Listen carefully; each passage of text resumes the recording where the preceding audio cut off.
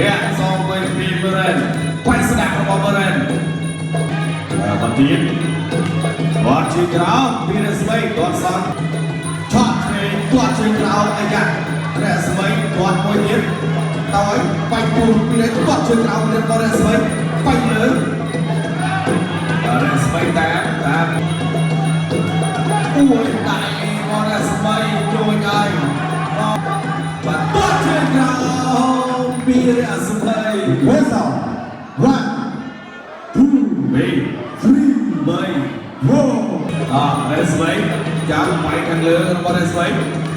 គាត់ជើងក្រោមពីរបស់រស្មីបាទកាត់គោរំដើមអ្នកមួយលើកមកព្រមពីរស្មី